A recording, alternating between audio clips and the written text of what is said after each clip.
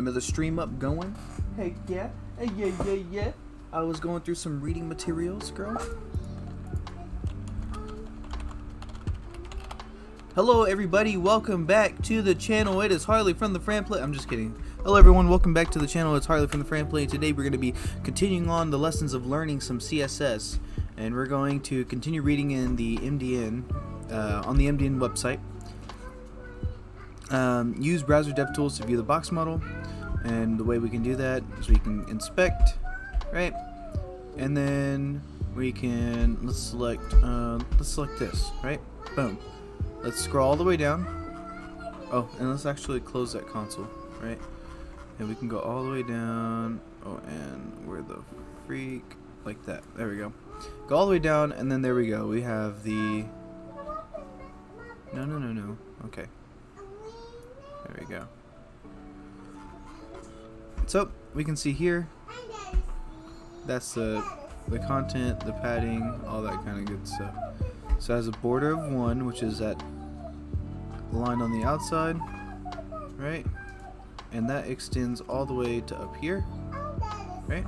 And then we also have a margin, which gives us spacing between each of between this paragraph and this header.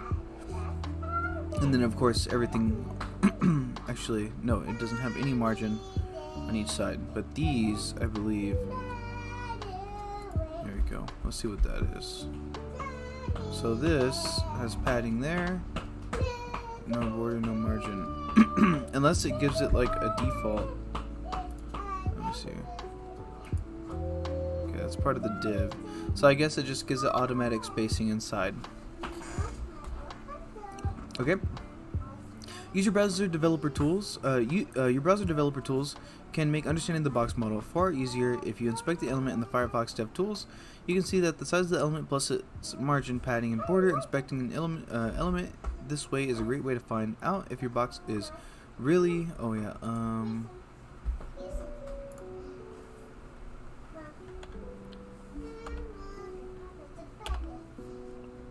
Boom. And then we also have our notes from yesterday, so we can kind of look and see. Let's put here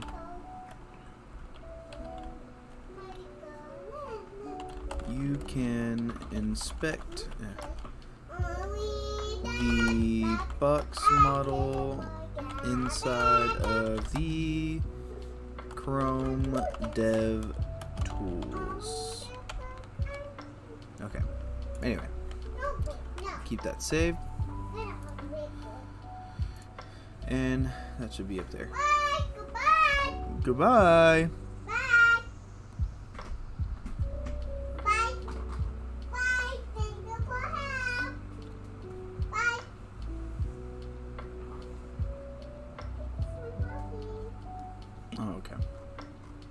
Margins, padding, and borders. You've already seen the margin, padding, and border properties at work in the example above. The properties used in that example are shorthands and allow us to set all 4 sides of the box at once.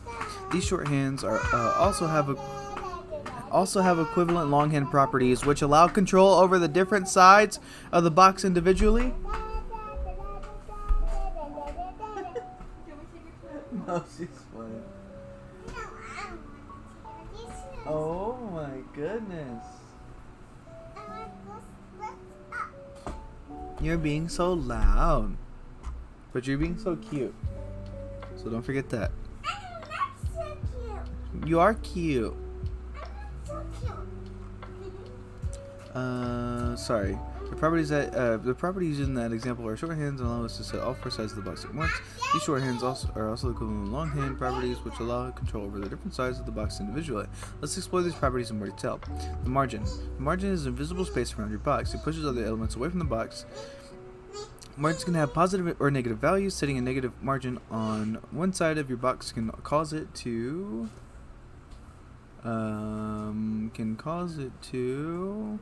overlap other things on the page. Whether you are using the standard or alternative box model, the margin is always added after the size of the visible box has been calculated. We can control all margins of an element at once using the margin property or each side individually using the equivalent longhand properties.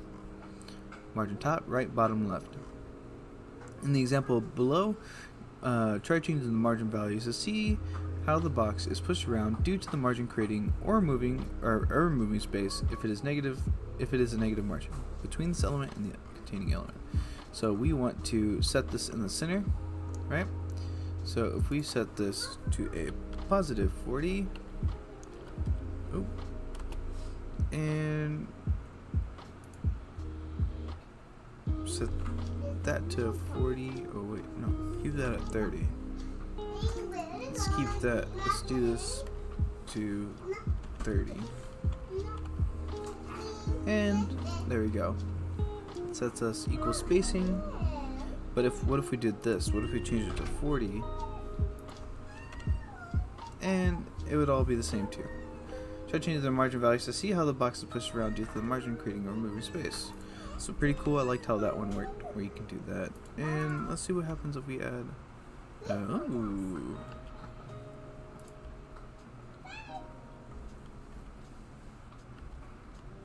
So the top, we'll push it 40 pixels up above, right? This is 40 pixels inside, right? Because this is dot box. Because this is, okay, so the div,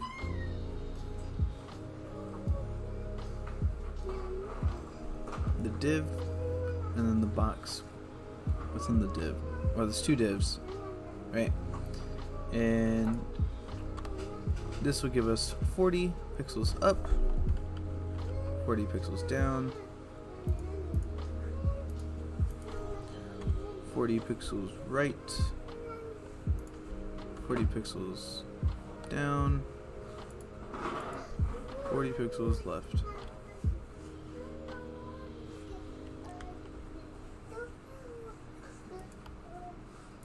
And we can also do that and just give it the minimal amount. So why does it do that? If it's -4.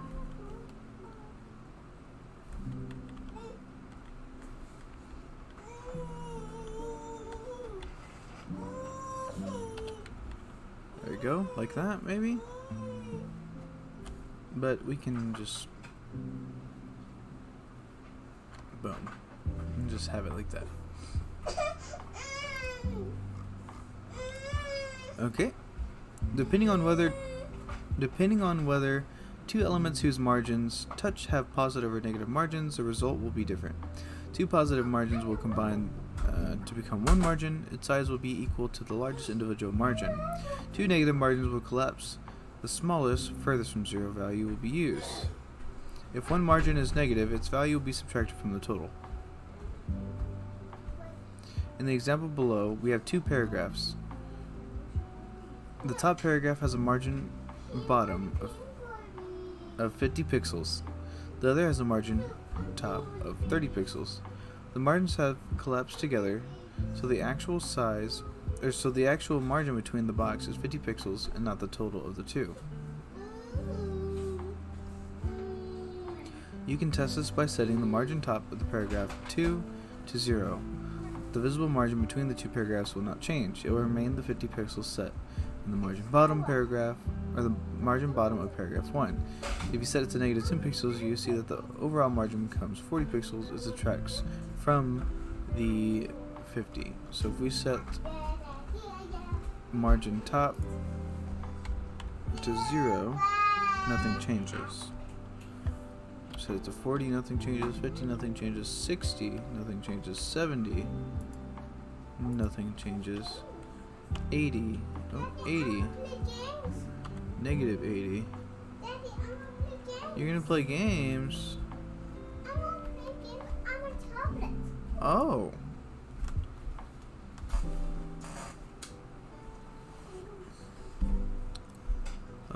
In margin.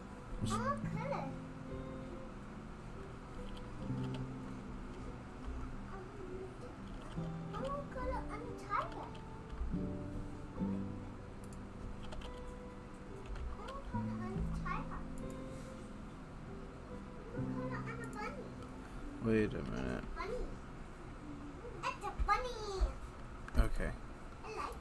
So where the heck did that come from? 60. Okay, so that will change it and give it more space, but 50, 30, nothing will change it because margin bottom is already there.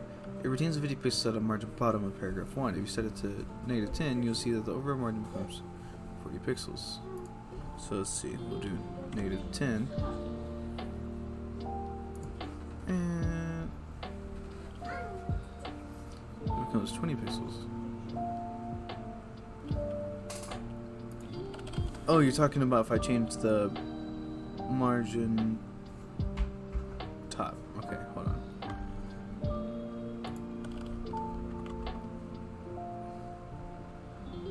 So I just subtracted just the 10 pixels from the 50. But no matter what I change, it will keep both. Okay. A number of rules dictate when margins do and do not collapse. For further information, see the detailed page on mastering margin collapsing. The main thing to remember is that margin collapsing is a thing that happens if you are creating space with margins and don't get the space you expect. So margin collapsing is adding a negative value to margin to bring it down in value, right? At least that's what I interpreted from it. So let's hold on. Let's go ahead. What is this one called? Margin. Yeah, let's do that. Let's do that.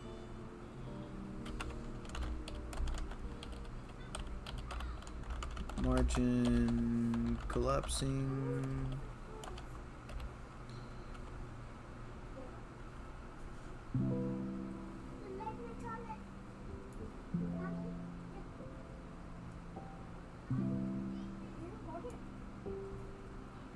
Okay, and let's actually copy these three. Let's see what I can do here. Okay, so let's see.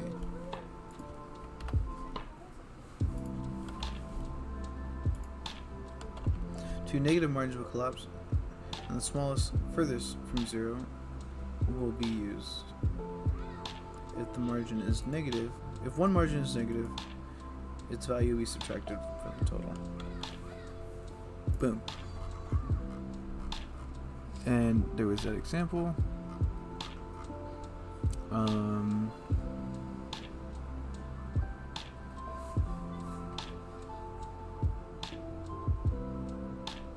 Borders.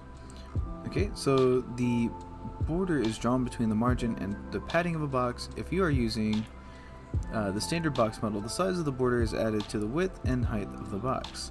If we're using the alternative box model, then the size of the border makes the content box smaller as it takes up some of the available width and height.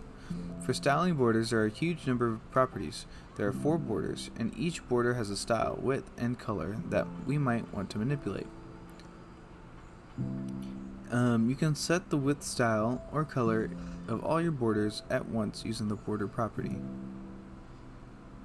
To set properties of each side individually, use border top, right, bottom, left. To set width, style, or color of all sides, do border width, style, or color. And to set the width, style, or color of a single side, use one of the more granular longhand properties. Border top width, border top style, border top color, okay, so forth and so forth. So you can do longhand, shorthand. Pretty cool. To set the width, style, or color, okay, we just looked at that. In the example below, we've used various shorthands and longhands to create borders. Play around with the different properties to check that you understand how they work. The indent pages for the border properties give you information about the different available border styles. So we have a container with a border top with 5 pixels wide, and it's dotted green. Then we have a border right with 1 pixel solid black. And then we have a border bottom, which is a 20 pixel double border, and uses the RGB color scheme to create this color. And then we have a box, which has a border of 1 pixel all the way around, solid, and uses the hexadecimal color 33, 33, 33. The border top style is dotted. The border right width is 20 pixels. The border bottom color is hot pink. And the last one uses the default, which was the 1 pixel solid color. And we can change this to, we can do this to 88, right? And change it to a whole different color. Actually, let's do 75, right? Oh no, let's do 60. Dang, that's a cool color. 65. 69. I wonder what, just bear with me. Nice, okay, okay.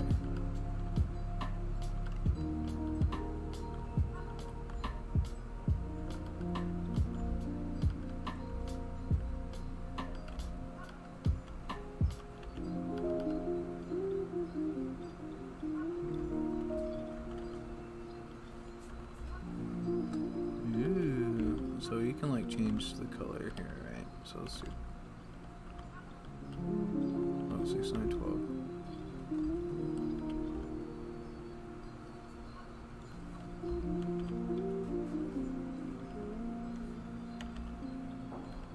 Ooh. Okay. That's a pretty color. And let's use the RGB of 47. 82 and 210. Look at that. Some pretty colors. And I wonder if I can change this to like that. No, that's not one.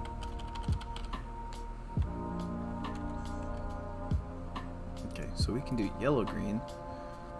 And then we can change this to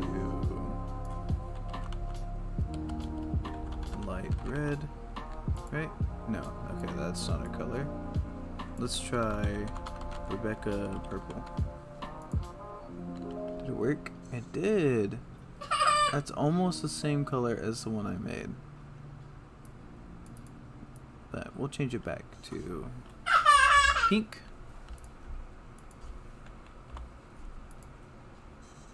Hot pink's more visible. Okay, cool. But yeah, that's understood, and then we can like also make this to a 9 pixel border, or even like a 3 pixel border, just to see the colors a little bit more. Let's change this one to a 5 pixel border. Yeah, 5. And let's change this one to an 8. And 15 pixel. Can we do triple?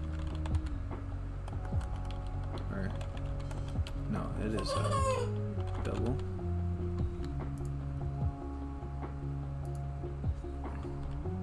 Cool. And we can always, yeah, mess with it like that. Pretty cool. Let's continue.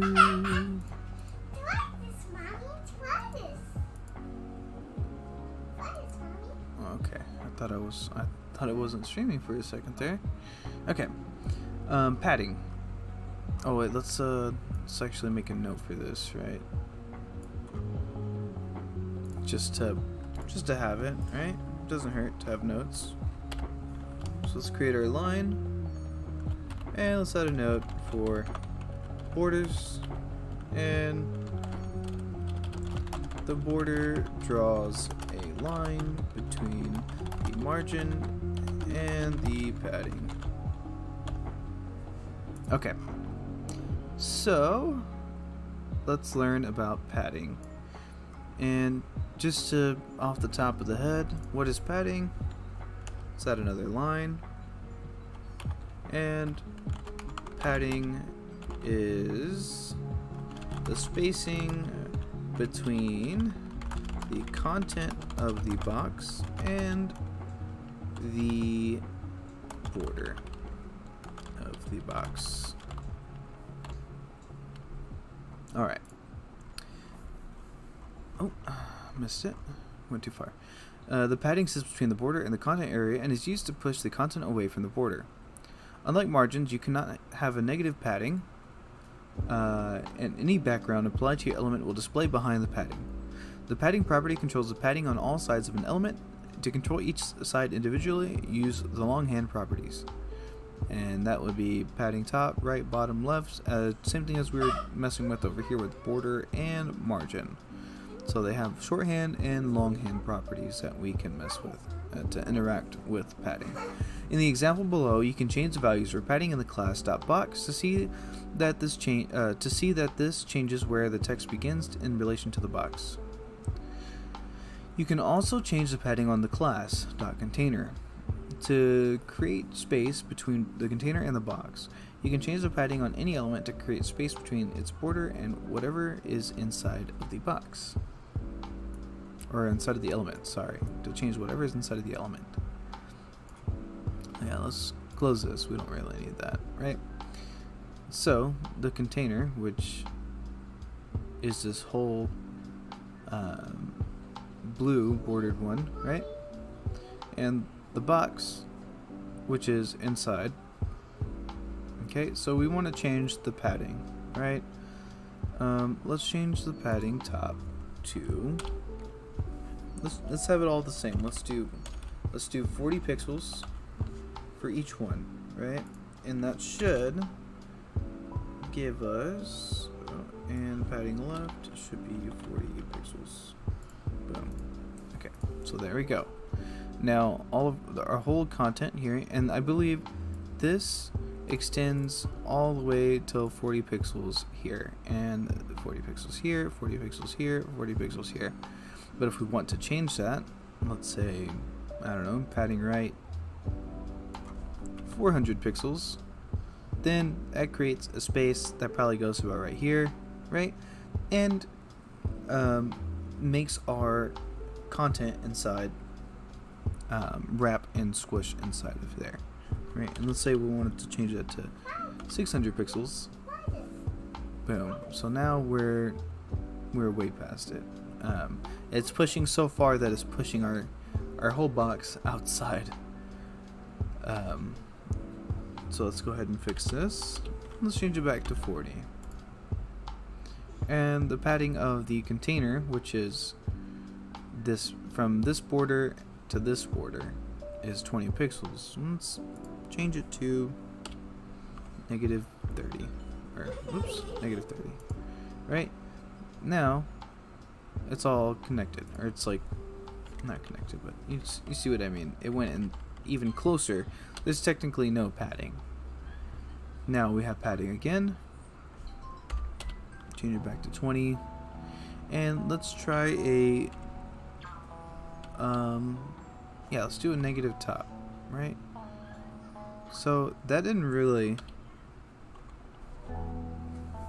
let's see.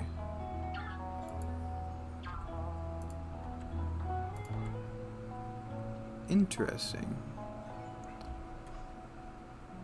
Okay, so the padding within here now, it actually doesn't change how the margin does, because the margin, when we did negative values, it actually bring it out this way or out this way. But if we extend past the amount that we have, whatever the div container holds, it will actually, yeah, I'm just figuring that out. Appreciate that, psychos. So we cannot have negative values in padding, but it was cool to see, right?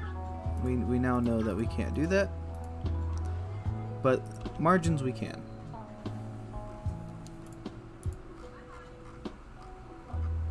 I don't know why I didn't see your message right away. Thank you for stopping by. I appreciate that. Okay, so let's go ahead and put in our notes here for padding. Note: padding cannot have a negative. Oh, gosh dang it! Come on, negative value. Okay.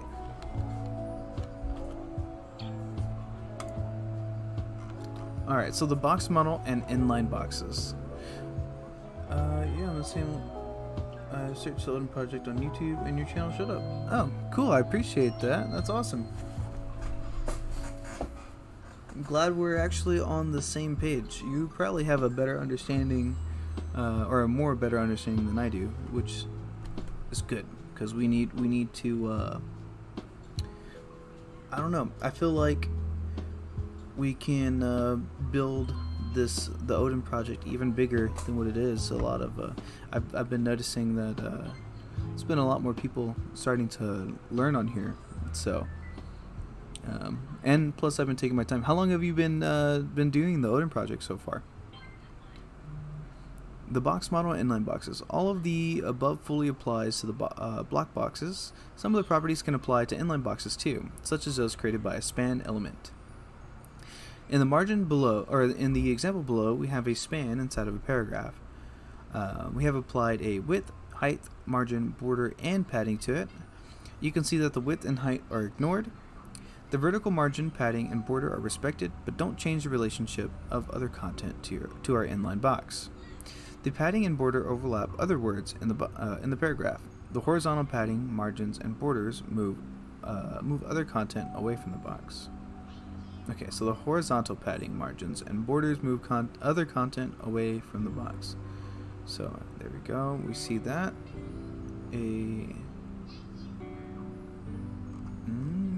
Okay, so let's kind of see what this says here. I am a paragraph, and this is a span, right? Inside that paragraph.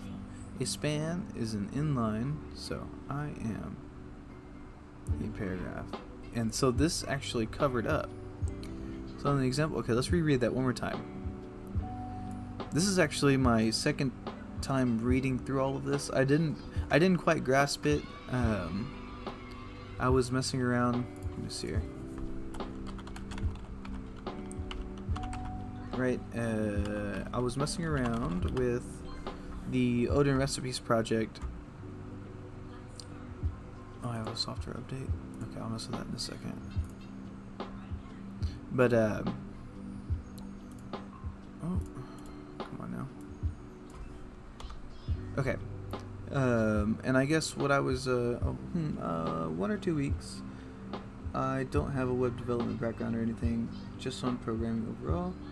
But this part is from college. Totally beginner for the web dev. Cool. That's awesome. Glad you're starting to learn this. Just don't give up. I made a big mistake. I actually went through a coding boot camp back in 2017. Well, the end of 2017, beginning of 2018. And what I'm learning here is way more than what I was learning in that coding boot camp. So I wish I had known about this option back then. I think this project started back in, I think it said 2015 on the main page. I'm not 100% sure, but yeah, definitely a lot more information and resources than I had. So I'm not totally a beginner, but and I do have some basic knowledge and understanding of some concepts, but not everything. As you can tell, I didn't understand the padding property can't have a negative value. So I'm still learning, but you know, I think in anything really in life is always something new to learn, unless you've been doing it for 30 years or whatever.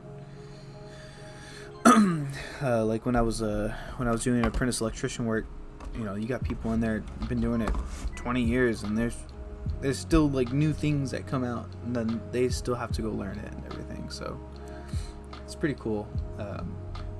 So everything's gonna have that learning curve to it. Also, again, I'll reiterate it: don't be discouraged if it gets too difficult or hard. 2018, 2017, what was that? 4 years ago, and now I'm still trying to get back into it, restarting fresh, of course, but I want to change my career. So okay, back to learning. So went off on a tangent there. So in the example below, we have a span inside of a paragraph, right?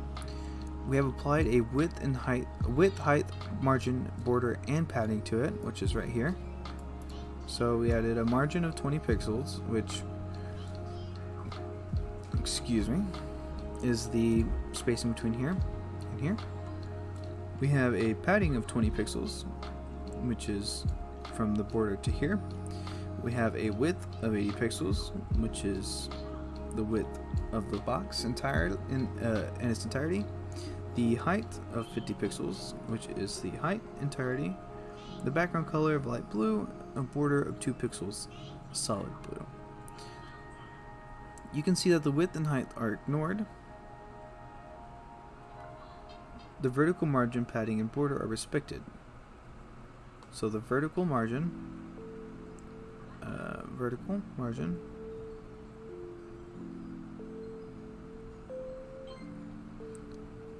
padding,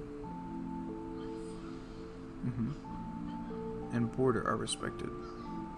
So just the vertical margin, which would be here. Yeah, not planning on giving up, and I hope you hold on to it as well. Thank you. And yeah, everyone says wonderful things about the Odin project, and rightfully so. I mean, it's so cool. Have you thought about the path later on, full stack or JavaScript? Low key, every time I think about it, it gives me a little bit of anxiety, because I truly want this as a way of finding a new career for myself. And obviously I don't expect everything to be handed to me and just like, oh my god, I'm gonna find a job immediately after just barely learning this stuff, you know what I mean? But I want to be able to go on a path that is going to be useful in my future career. Obviously JavaScript is very big. It's what's been being used in web development for a good amount of time in the present time now. But Ruby on Rails is what the actual Odin project was founded on first. That was their original course. Curriculum was for Ruby on Rails. It wasn't even for JavaScript. So the JavaScript has a lot of information in it still, but they're still working on it, and it doesn't have like everything, because I think they use MongoDB for their database for the backend for the JavaScript course, and Ruby on Rails uses SQL. So, and I know more SQL than I do MongoDB.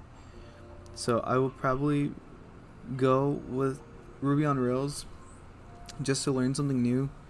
But that's where I get the anxiety part, because I'm more comfortable with JavaScript because I've worked with it already. But I would rather finish the course with something that I know that they've completed it for, you know? That's just kind of my takeaway on it. But I guess I'll decide when I get there. The only thing is, the reason I get anxiety about it is I don't want to waste, it's not wasting time, but I don't want to put a lot of time into the JavaScript section and then not have enough information that I can apply to real world jobs if majority of the jobs are using SQL, or a lot of jobs are using SQL nowadays. MongoDB is up and coming, and starting to be used a lot, but SQL is still like number one, I believe. I'm not 100% sure, but that's kind of what, when I was looking into the two paths, I was just researching what is more commonly used right now, and I believe it's SQL. Oh, okay, the padding and border overlap other words in the paragraph. The horizontal padding, margins, and borders move other content away from the box. So what happens if we remove this margin, right? Oh, okay. Well, let's keep that. What about height and width? What if we remove those? Nothing, because they're not respected. Okay, so that does nothing. Border.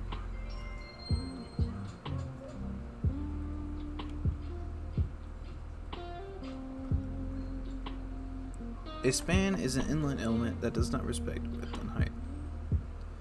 But see, like, I've seen it before. Okay, hold on, let me see. Let's just get rid of these. Ah, okay. So, okay, let's add those back. Let's remove these two. So regardless, height and width aren't respected, so height and width don't really matter inside of an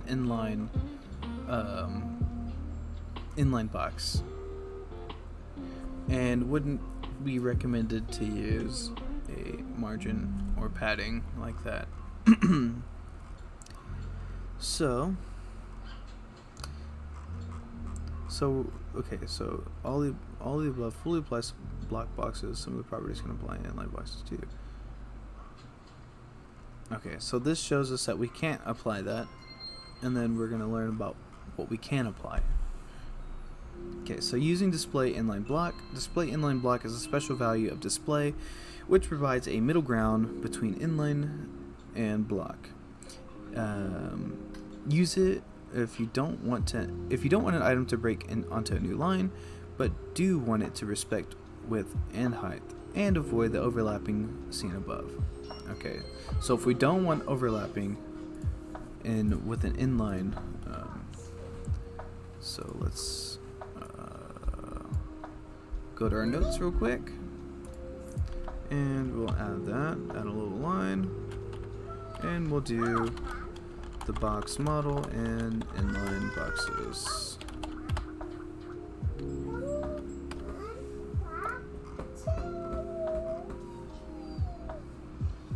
Okay, and are you playing? Okay. Alright, so using, let's make an asterisk, and we'll do using display inline block. My god. Okay, sorry. An element will respect width and height and break, and it does not, however, go to the line only come. An element with display. Okay, hold on. Let me see that here. It's special value display, which provides a middle ground between inline and block. Use it if you do not want an item to break onto a new line. So it will not break onto a new line, right? And avoid the overlapping. Will respect width and height and cause no overlapping.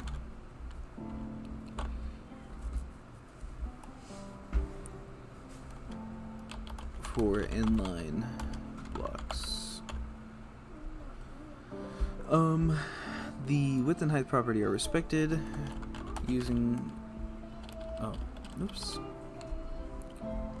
and padding, margin, and border will cause other elements to be pushed away from the box. And here we go. And using padding, margin, and border will cause other elements to be pushed away from the box.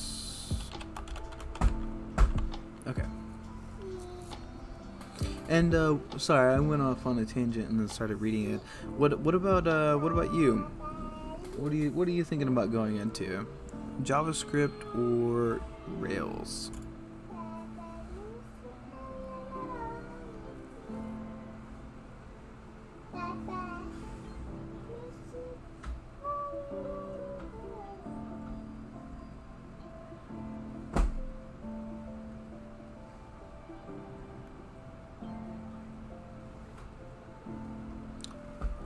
Let's see. It does not, however, break onto a new line. It will only become larger.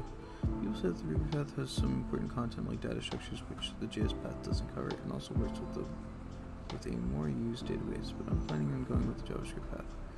Oh, okay. Yeah.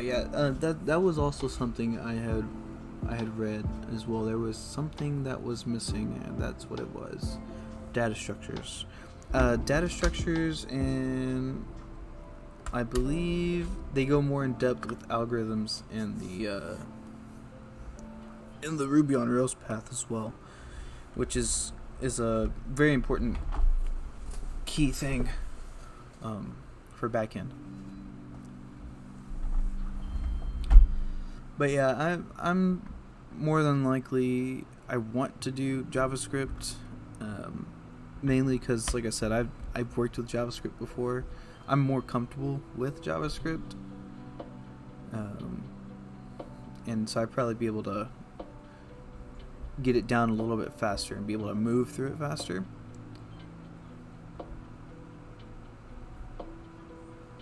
Then again, I don't know. I guess we'll have to see when I get there, huh? And also, I don't know, baby.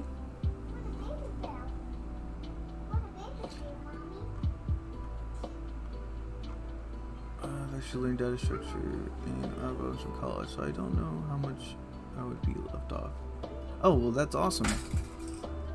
See, then you're already ahead of the knowledge there. So that's cool. That's something that I need to learn, because I didn't get to go through that through my coding boot camp. They just didn't teach that. The coding bootcamp was focused on getting you through the course as fast as possible to create web and web apps for the phone. That's all it was, and it was I think it was for Apple. The company was WozU, WOZ-U, but no, it was trash. The mentors, I mean, I don't like to. I really hate being like that, because I did learn a lot, don't get me wrong, but it just wasn't it wasn't enough information and enough help or guidance. I mean, I'm not saying I want hand holding, but if you're paying for a school, you should be allocated more resources than what they were giving us. Yeah, and there was a lot of it was just, honestly, to me, it was a money grab. A lot of students, some I became good friends with, and they just couldn't make it through because it was just too much. I filled out 75% done with it, but I fell out due to poor life choices that I was making. So, but I'm on a better path now.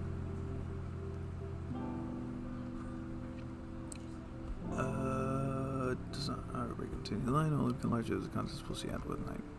Okay. Oh, and for those of you that are watching later, sorry if I keep going off and I'm just trying to go through here. Okay, so in this next example, we added display inline block to our span element. Try changing this display this to display block, or removing the line completely to see the difference in display models. Okay, so we got display inline block. Let's just try display block first.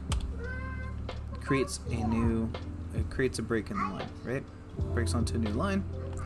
Let's change that back. Keeps it all on the same line. Wraps it, gives it space on each side. So we got the margin, we got our padding, and we got our border. Items are pushed away, unlike in the previous one.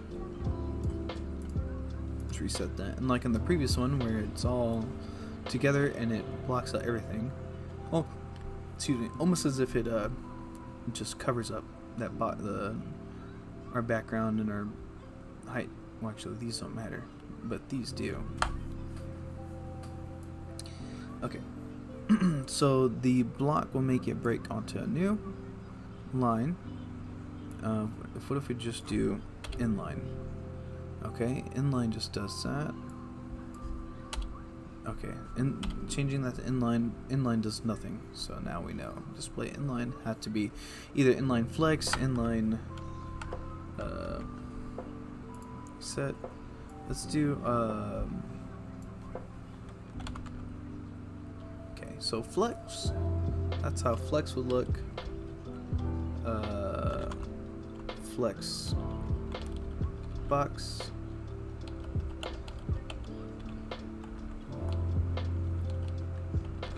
Is it no? Okay, so flex is there. Inline block. Okay, so that's cool. See, and I gotta fix this. I'm gonna have to fix this up, but not too shabby. Which is why I'm going through this a second time, because I didn't quite grasp it the first time. This time I'm actually understanding it. What happened? Oh.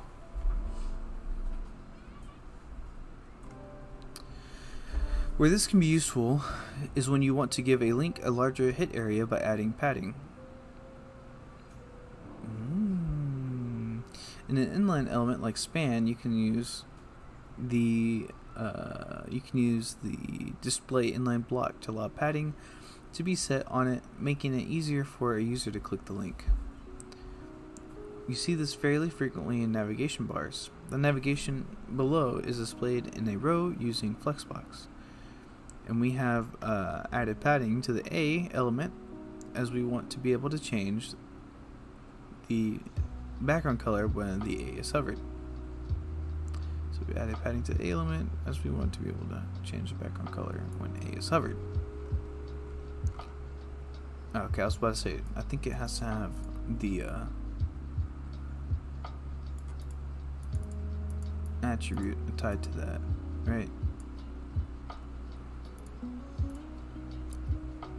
So, okay, the padding appears to overlap the border on the UL element. This is because the anchor tag is an inline element.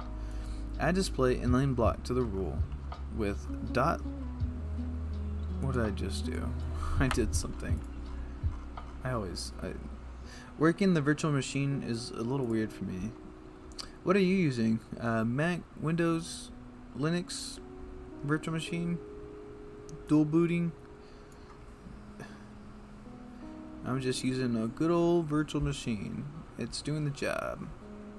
Okay, so add display inline block to the dot links list selector. Right? So let's go ahead and add that at the bottom.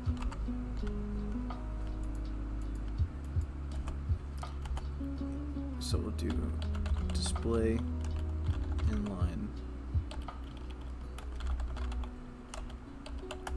block,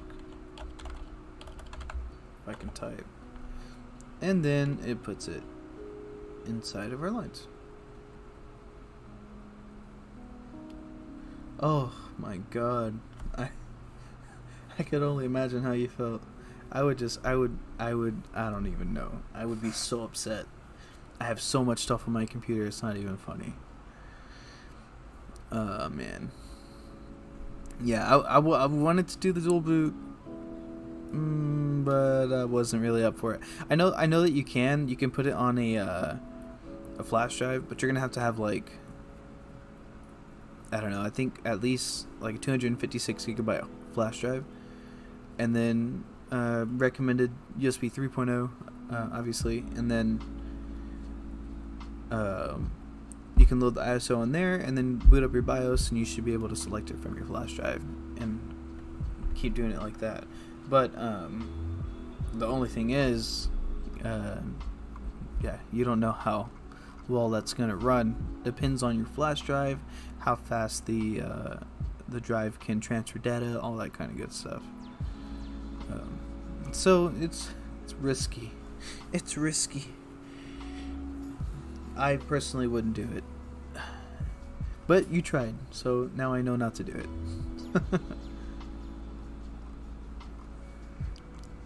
Okay, sorry. So that doing the display inline block added the anchor tags to fit within inside of its borders. Hello Kitty. You like Hello Kitty? It's like Hello Kitty. Oh my! What is Hello Kitty doing?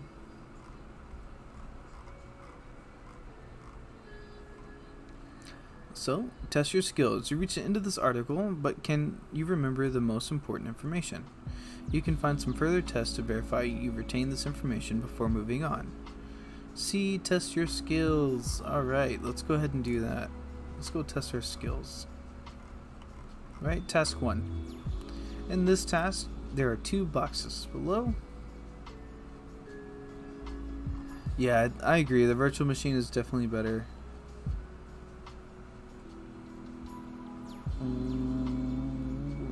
I am actually not familiar with that. I'm actually going to...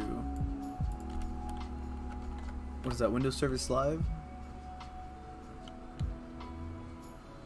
No. Oh.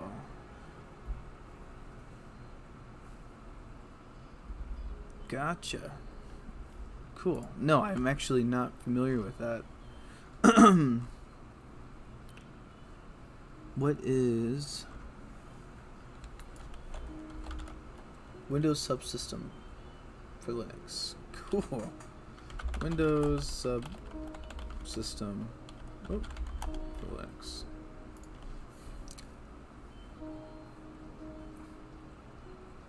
Windows a subsystem for Linux is a compatibility layer for running Linux binary executables natively on Windows 10 and 11 and Windows Server 2019. In May 2019, WSL 2 was announced, introducing important changes such as real Linux kernel through the subset of Hyper-V features.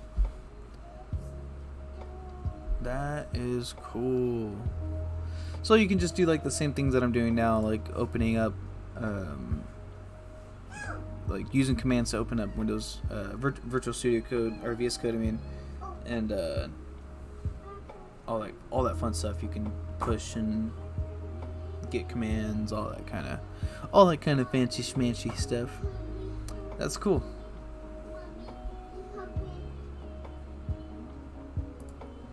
Just without the graphical compatibility, like just without this kind of layout, but you can still use your Windows.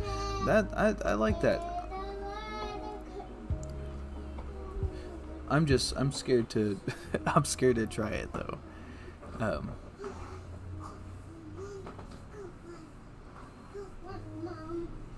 Yeah, exactly. See, that's why I won't dual boot. Only because I rarely play my video games anyway, but when I do play, I want to play them, you know. I recently just started getting back into Star Citizen, so I found it better to use WSL. Yep. That I might try WSL because so I use this computer. This is my main computer, and then whenever I go visit my mom's, I'll use my little brother's computer. But I already set up the virtual machine on there. But maybe I should try WSL. See how that works out, just to try out the interface. I like trying new things, so it's not bad. It's not a bad thing. Okay, so let's test our skills, huh? Task 1. In this task, there are 2 boxes below. One is using a standard box model, and the other the alternative box model. Change the width of the second box by adding declarations to the alternate class so that it matches the visual width of the first box. The final result should look like the image below. So we're just going to change the width. Yeah, no problem. Have a good food time. So in the alternate in the alternate class, we're going to add a width, right?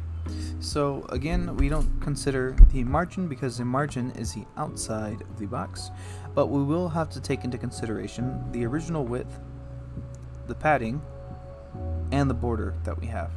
So what we'll do is we'll add 300 plus the two sides of padding, which will be the left and the right for width, right? So 40 and 40 make 80, so that's 380, and then plus the two sides of the border, which would be the left and the right, so 5 pixels for each side, which would be 10.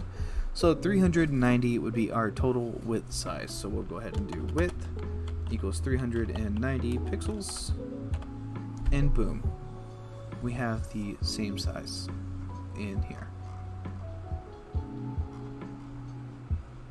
Right?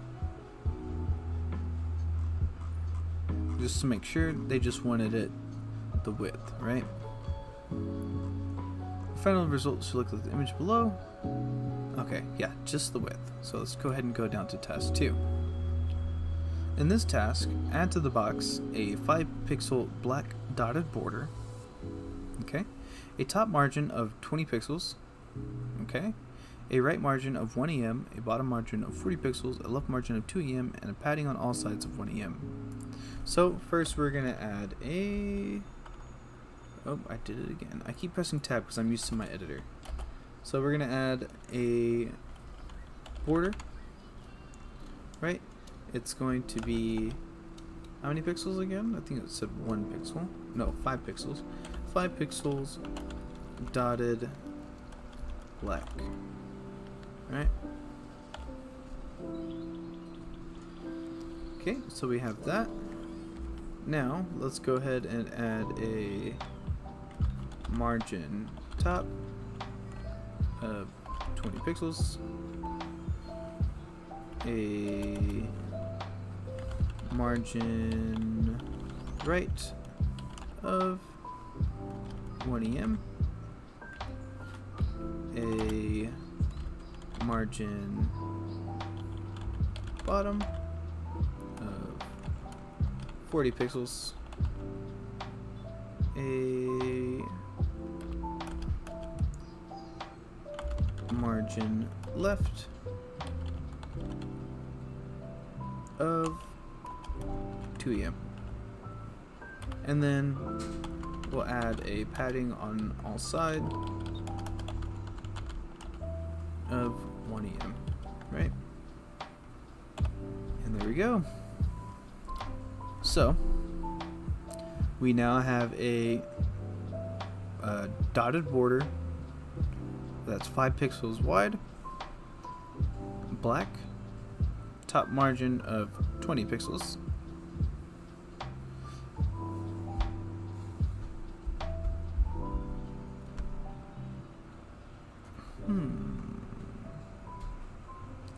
So mine is the opposite, it looks like. I did. Where? Oh no, Daddy, what happened? On margin bottom. I did. There we go. Thank you. What happened, baby? Let me see. I did. Awesome find. I would have missed that completely. And that's why I think it's good to have 2 eyes on the code. Cool. Thank you for that. Okay, so there we go. Now we have it similar. Okay. And task number 3. In this task, the inline element has a margin, padding, and border. However, the lines above and below are overlapping it. Okay. What can you add to your CSS to cause the size of the margin, padding, and border to be respected by the other lines, while still keeping the element in line? Final result should look like the image below.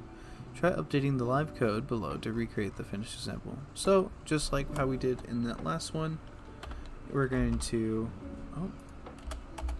add a display of inline block.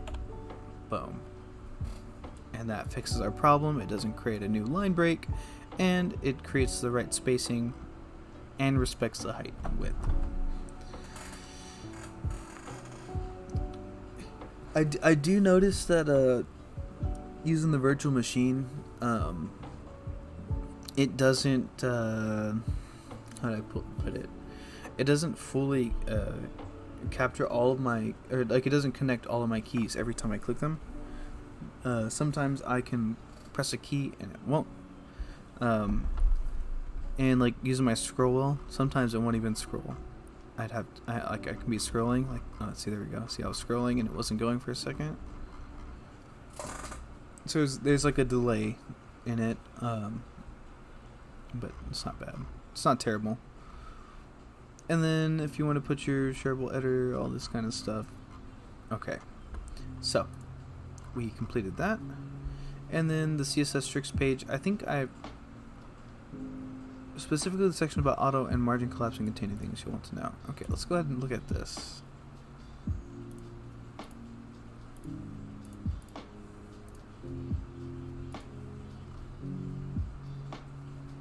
Okay. The margin property defines the outermost portion of the box model, creating space around an element. Outside of it, if any defined borders, margins are set using lengths, percentages, or the keyword auto, and can have negative values.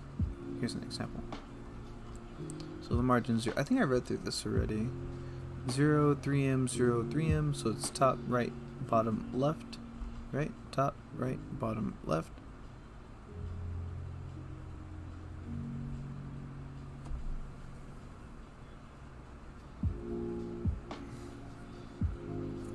If fewer than 4 values are set, the missing values are assumed based on ones that are defined. For example, the following 2 rule sets would get identical results. So the top and bottom would be 0, and the right and left would be 1.5 EMs. Thus, if only one value is defined, this sets all 4 margins to the same value. And then if we want to get specific, we can do that. And what is auto centering? Each of the margin properties can also accept a value of auto. A value of auto basically tells the browser to define the margin for you. In most cases, a value of auto will be equivalent to a value of 0, which is the initial value for each margin property, or else whatever space is available on that side of the element. However, auto is handy for horizontal centering. In this example, 2 things are done to center this element horizontally within the space available. The element is given a specific width, 980 pixels. The left and right margins are set to auto. So margin for top and bottom are set to 0, and the left and right are set to auto.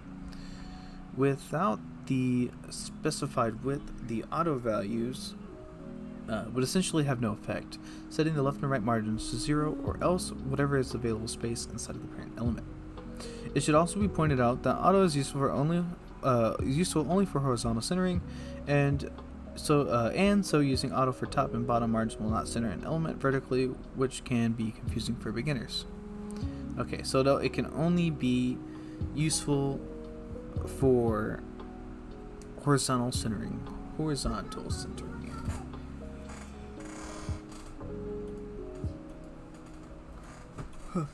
Excuse me. Actually, I want to...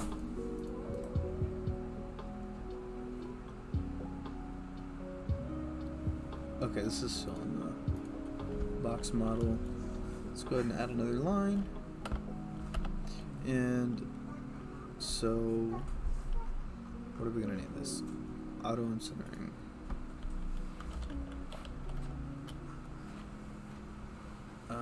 Margin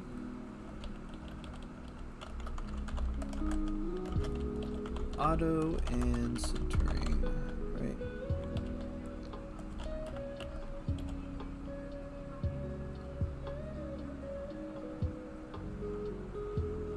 Margin can accept a property of, or sorry,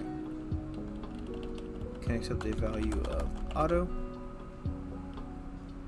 which pertains to the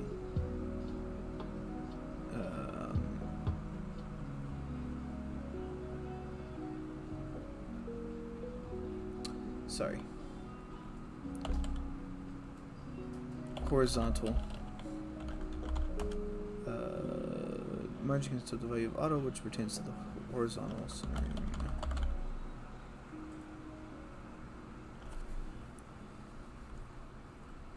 I guess it's only one way to find out, huh? Let's try it. So let's go here and let's see where I got some margin at.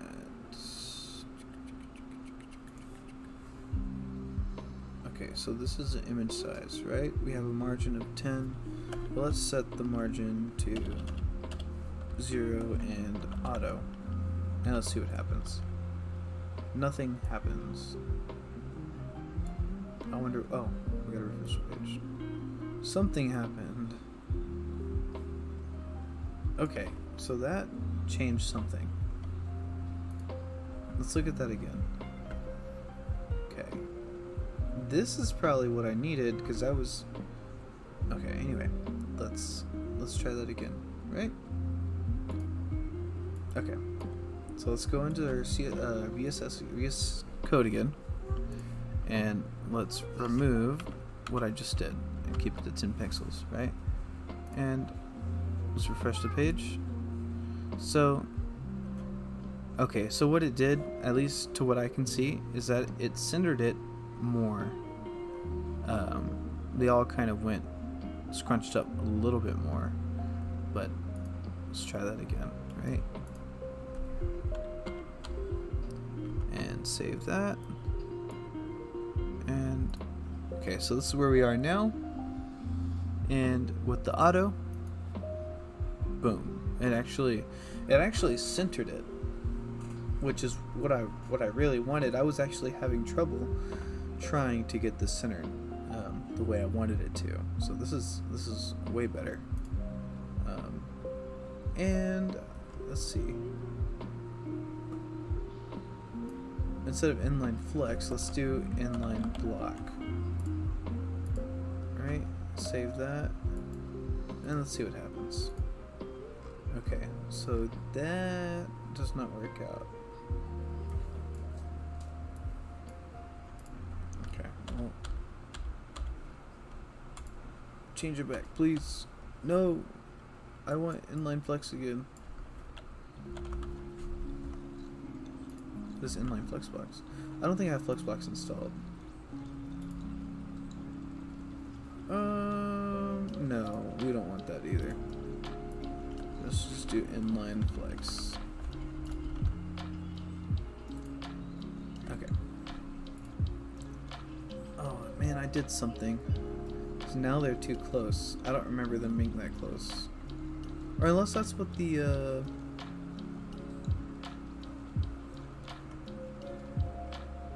image size, let's try.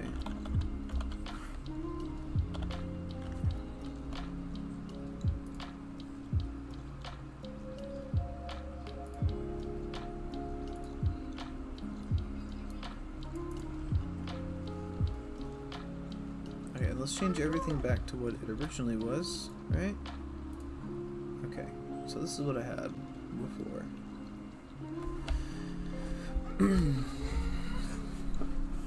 Dang. Okay. Okay, we'll mess with this a little bit later. Let's add to our notes, right? So margin. By the way, you have live server installed in VS Code. I actually don't. I don't think I installed it because I forgot why I didn't install it. I think there was like an issue I had when I was using it before, when I was in the coding bootcamp. I had this issue and it would cause a crash with VS Code, but I can actually, let's see, go find live server.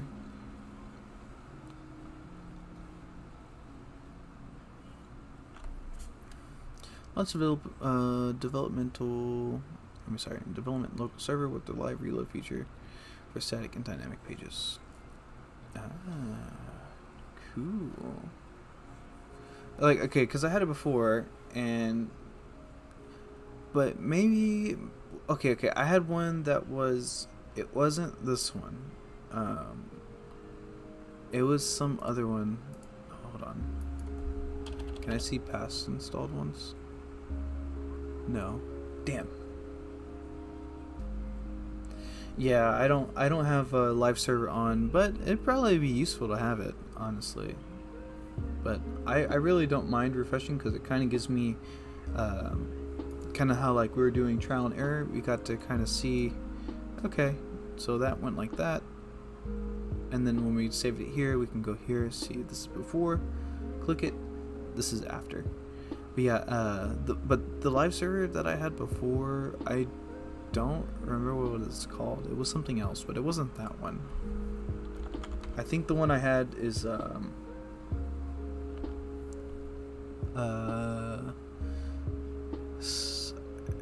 trying to remember. They took it down though. It wasn't supported anymore on VS Code. Pretty much what I'm trying to get to.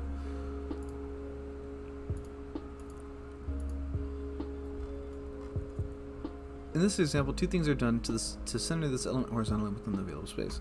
The element is given a specific width, and the left and right margins are set to auto. So we're given a specific width, and we set it to auto. Okay. Excuse me. Without specified width, the auto values would essentially have no effect. Okay, so that makes sense because we have in what we were doing a while ago in the image size, we had a specific width. Oh, that's why the margin, gotcha. And that's why the letters went closer to the border. Okay, so I have it set, and without it, nothing would happen. So, let me see here.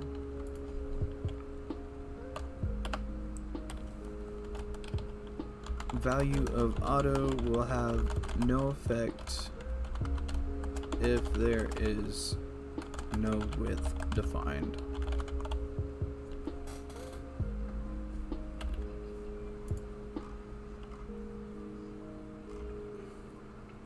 It should also be pointed out that auto is useful only for horizontal centering, and so using auto for top and bottom margins will not center an element vertically, which can be confusing for beginners. So okay, we cannot center vertically. Auto cannot center content or center an element horizontally. Oh, I'm sorry, vertically.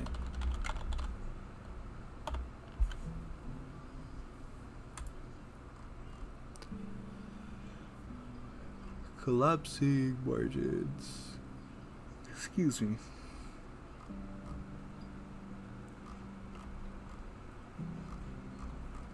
Okay.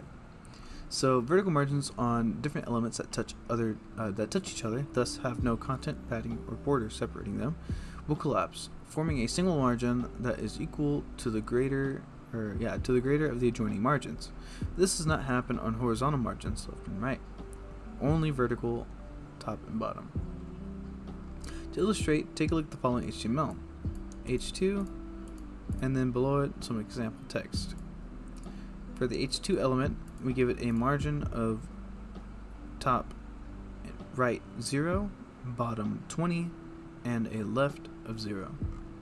And then the paragraph, we give it a margin of 10 for top and a 0 for the remainder of its sides. In this example, okay, just looking at this so far, so that top right bottom and the top right? So the bottom is 20, the top is 10. It's still going to keep a distance of 20 pixels. Oh yeah, of course. You have a great day at class. Hope to see you soon, maybe.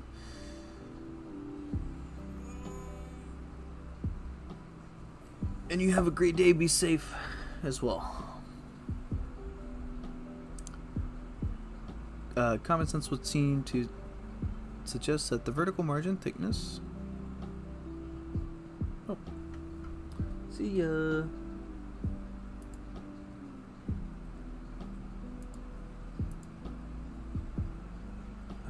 Let's see.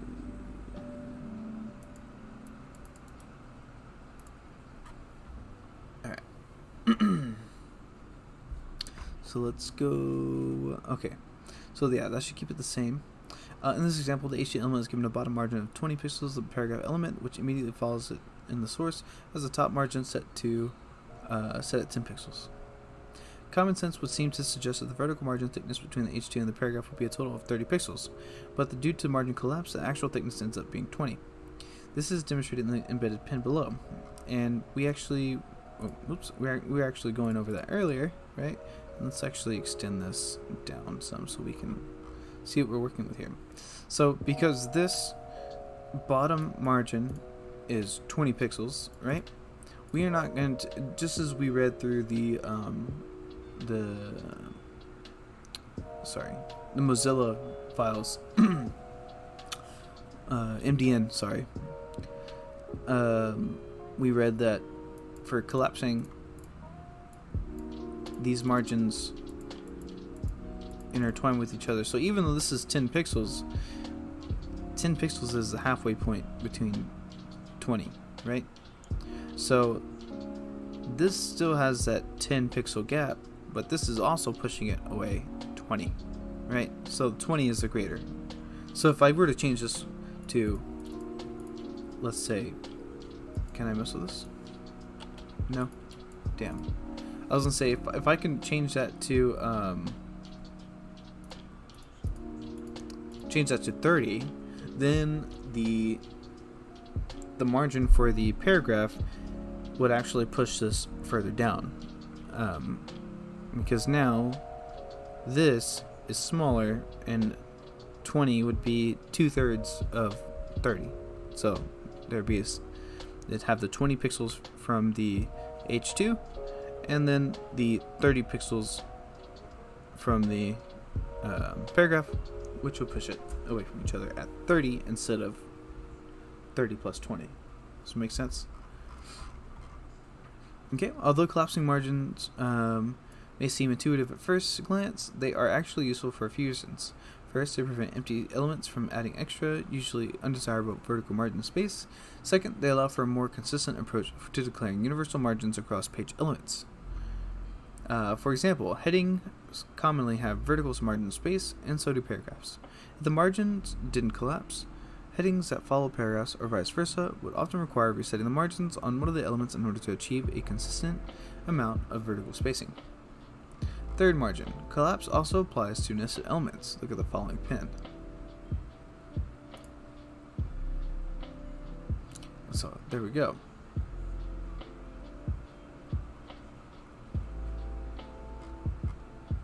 Here the paragraph element. Okay, let's look in here. Paragraph nested in a div. And H2, a div, and a P.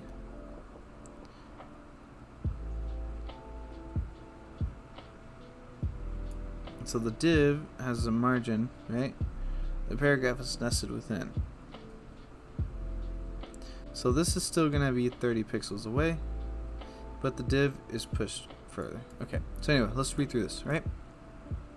Here, the paragraph element has a top margin set to 30 pixels and is nested inside of a div element with a top margin of 40 pixels. In addition, the HG element has a bottom margin of 20 pixels. Again, common sense would suggest that the total vertical margin space here would be 90 pixels, 20 plus 40 plus 30, but instead all the margins collapse into a single 40 pixel margin, the highest of the three. This is helpful in most cases since there is no need to redefine any of the top margins or remove the extra vertical space. Negative margins. As you might suspect, While a positive margin value pushes other elements away, a negative margin will either pull the element itself in that direction or pull other elements toward it. Here's an example of a container with padding, and the header h2 has negative margins, pulling itself through that padding back to the edges. Okay, so we'll look. So the div has a class of module. So module h2 has a background of this, margin of -1, pulling itself through that padding back to the edges.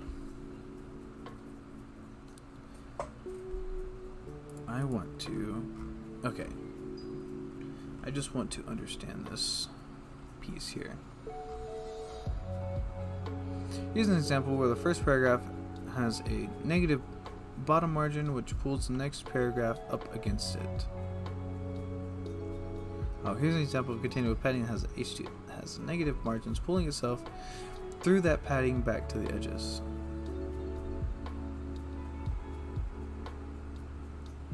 Oh, okay. So the module, which was that div, right, had a padding 1 em, and we wanted this module, this h2, which extends the length of that div container, right? And we wanted it to fit within, so instead of having that padding, right, which would mean that there would be a 1 em padding like this inside, right, for the h2, because that's where it would sit. But we remove that by adding the, not padding, we remove that padding by adding the margin. That margin just like that, and then our padding within keeps us at 1 em all around. So that makes sense. Here's an example where the first paragraph has a negative bottom margin which pulls the next paragraph up against.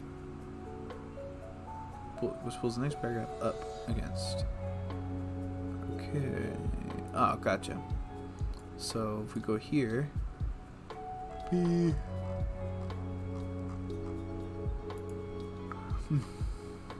so the P first child would have a negative bottom margin and makes it pull up as close to the bottom.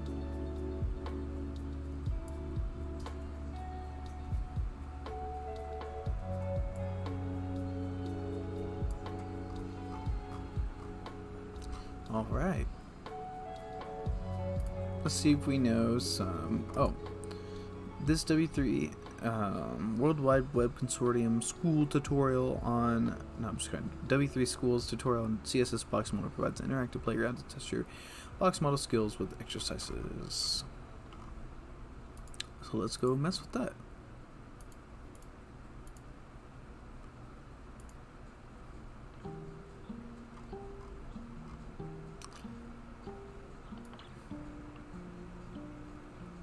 Not bad. Okay, so the CSS Box Model.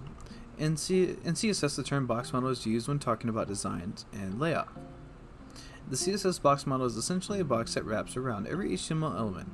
It consists of margins, borders, padding, and the actual content. The image below illustrates the box model. So we have a margin, which is the outer spacing, border, which borders around the box, the padding, which separates the content from the border, and then the content, that's what's inside. So, explanation of the different parts. Content of the box, where the text and images appear. Padding clears an area around the content. The padding is transparent. A border that goes around the padding and content. And margin clears an area outside of the border. The margin is transparent. So padding and margin are transparent. Border is not transparent. It's solid, right? Well, this one's solid. There's dotted and all sorts of kind. And then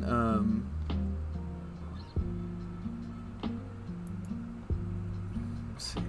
Oh, and then content, obviously visible.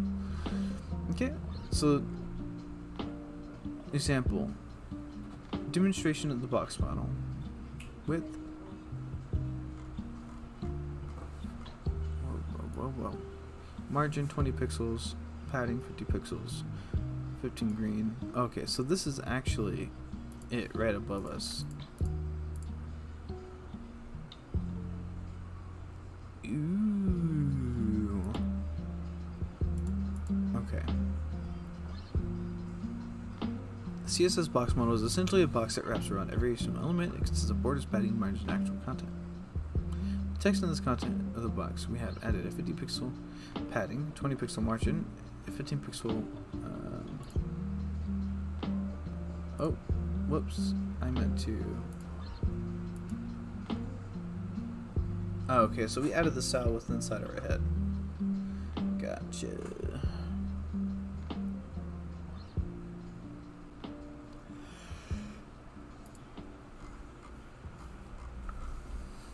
And if we want to, we can change like the background color to say hexadecimal. Let's do a 303030. Right? Ooh, okay. I kind of like the 396939. That's a pretty color. Let's make this like a.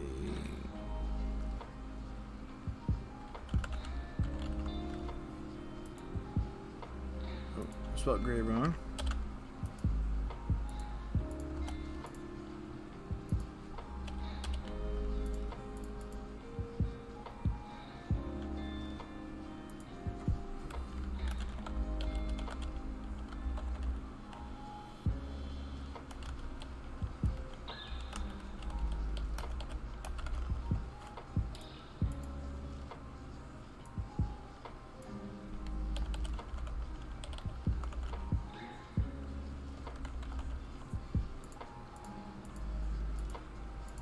No? Okay.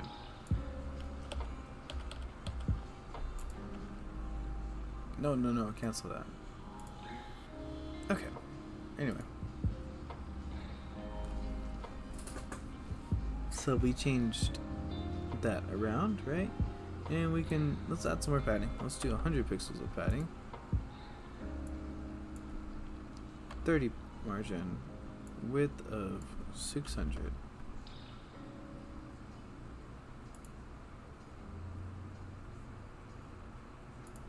.30 pixels in auto. Boom.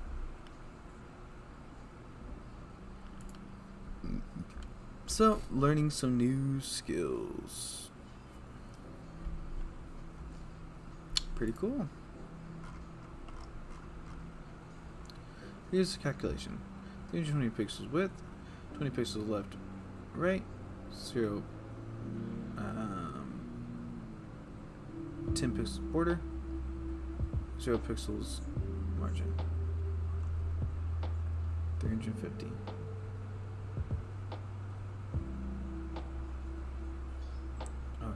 Okay. Yeah, makes sense.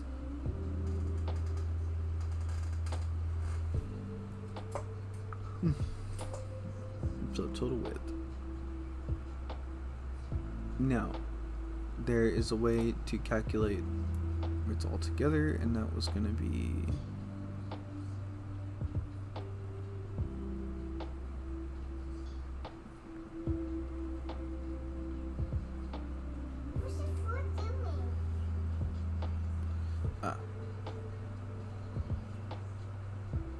so the border box would be where we would have to assign it, the width and height, right? So do box sizing border box, and then we would have to assign it the width of the 300 and 50 pixels. Okay, set the width of the div, so div width to 200 pixels, right? Submit answer.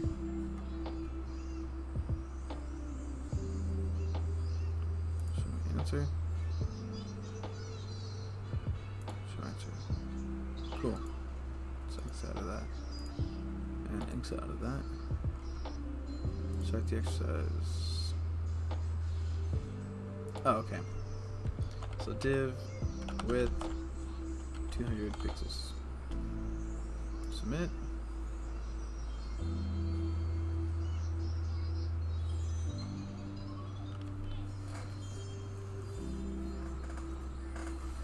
Is it going to tell me I'm correct? Or no? Try exercise 2. Add a 2 pixel solid red border to the div. Right? So we have a div. And we're going to add a border. Solid red. Submit answer. Correct. Why wasn't... Okay, so I must have messed up on this one. Width 200 pixels.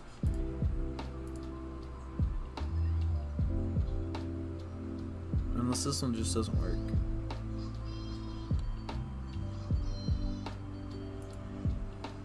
That's what I put. Oh. Okay, now let's try exercise 2. So add a 25 pixel space between the div, elements, border, and its content. Right. So we want to add a space between the div and the elements border. It's content.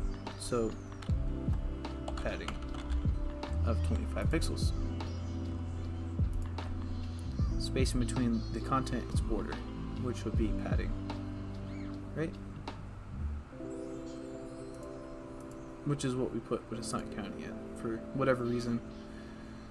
And then add a 25 pixel space outside to the margin, to the left of the div element. So do margin left 25 pixels, and that should be the correct answer as well.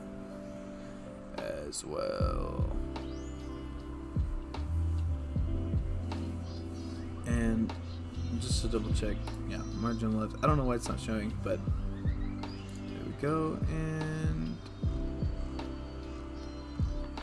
I think that's it.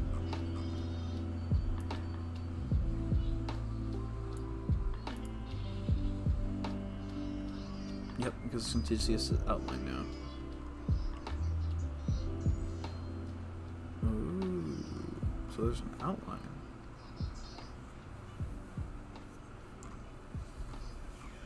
I didn't know.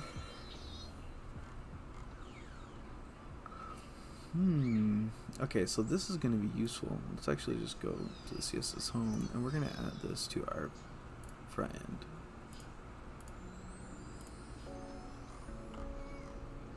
From inside to outside, what is the order of box model properties? From inside to outside, you have your content, you have your padding, you have your border, and you have your margin. What does box sizing CSS property do? Box sizing, actually I have that in my notes, I think.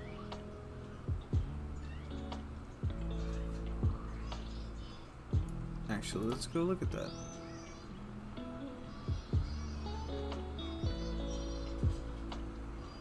Okay, so the box sizing turns the alternative model on. Any width is the width of the visible box. Okay, so it changes all properties to be the exact of what it is, right? So if you wanted to, the regular styling, right, takes into account of adding the padding and border and width or height together, and it would give you the exact measurements of the box, right? And then if you're using box sizing and you want to have the exact same content size, or not content size, the exact box size, then you would have to change and actually add a width, because you can't do the padding and stuff, but you would have to do Okay, so the box sizing adds the automatic properties of margin and padding. I believe. Don't quote me on that. So let's go back and look.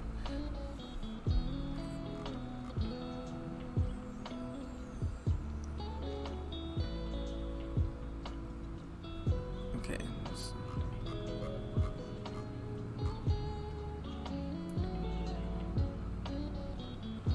To use the alternate box model, plus as a property in HTML.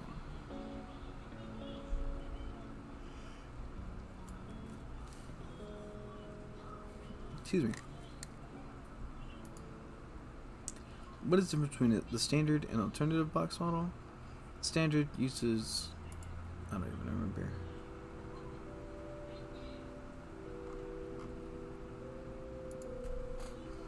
We'll just look it up. Standard versus alternative box model. If you're using the standard box model, the size of the border is added to the width and height of the box.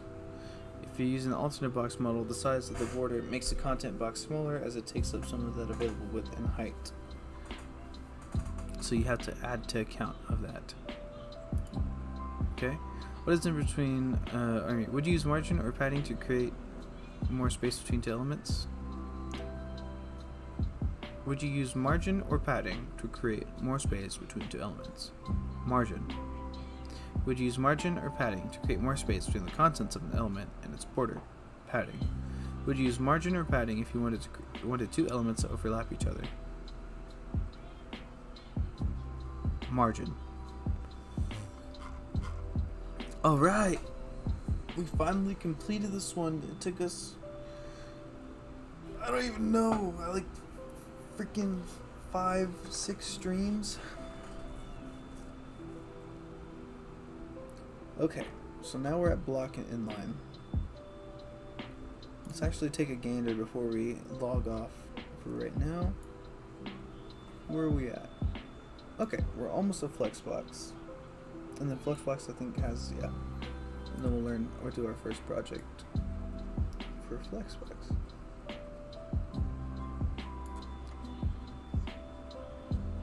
And then with Flexbox I'll add on to our Odin recipes project. Okay, so we'll learn about block and inline next, which we kind of got some understanding, right? Block creates a breaks onto a new line, and inline stays within the same line. Alright guys, I appreciate everyone tuning in. Thank you, big shout out to Psychos for coming in and talking with us today. Hope to see some of you next time in the next future stream. So stay tuned. Go ahead and subscribe if you haven't already. Hit the notification bell for the next time that I go live. And I appreciate any comments, feedback, if it sucks, if it doesn't suck, what I need to improve, how I need to improve, or if I'm doing just fine. Anything is appreciated, any feedback is appreciated. And with that, I will see you guys and gals in the next episode. Peace out, everybody. Appreciate y'all.